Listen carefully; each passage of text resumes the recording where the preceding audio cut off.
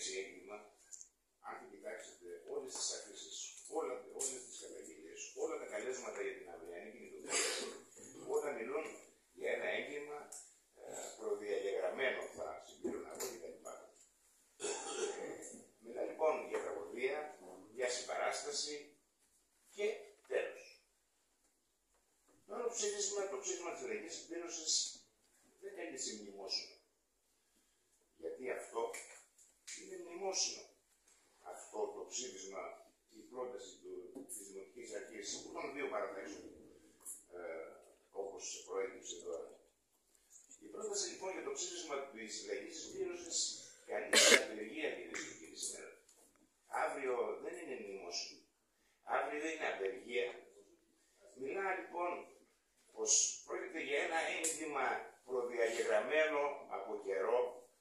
Μιλά για πολιτικές ευθύνες που έχουν διαχρονικά όλες οι κυβερνήσεις και η Ευρωπαϊκή Ένωση με τις οδηγίες που οδήγησε στην εμπορευματοποίηση του ΟΣΕ, στον κατακαιρματισμό του και τα κερδοφόρα κομμάτια να περάσουν στους ιδιώτες, με ένα και μοναδικό σκοπό το κέρδος.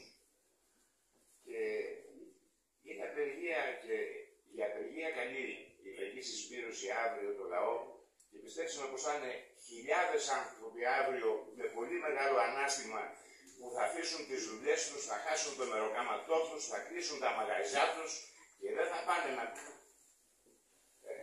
να συμπαρασταθούν στις οικογένειες και μόνο. Θα πάνε και θα απαιτήσουν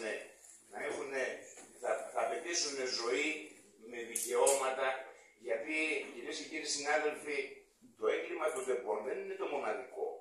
Κάθε μέρα σημειώνονται μικρά τέμπη. Κάθε 3 μέρες ένας εργάτης δεν γυρνάει στο σπίτι. Κάθε 3 μέρες υπάρχει ένα θανατηφόρο εργατικό ατύχημα. Μία θα το παζώνουν τα μπάζα του εργολάβου όπως έγινε στο Ζαγόρι. Μία θα τον κάνουν κομμάτια οι μηχανές στα μεγάλα εργοστάσια. Μία θα του κόβουν τα χέρια τα απορριμματοφόρα των Δήμων. Και γιατί γίνεται αυτό? Γιατί δεν υπάρχουν συνθήκες υγιεινής και μέτρα ασφάλειας στους χώρους δουλειάς. Γίνεται και γι' αυτό η απεργία αύριο. Δεν γίνεται μόνο να αποδοθούν ποινικές και πολιτικές ευθύνες σε όσους έχουν πολύ μεγάλες κυβερνήσεις που έχουν σταθεί μέχρι σήμερα και οι υπηρεσιακοί παράγοντες. Εμείς λοιπόν, κυρίες και κύριοι συνάδελφοι, προτείνουμε αυτό. Σε αυτή την κατεύθυνση καλούμε το λαό μας να παλέψει όχι μόνο να μην υπάρχουν τέμπη, αλλά για μια ζωή με δικαιώματα, μια ζωή που να μας αξίζει. Ευχαριστώ πολύ.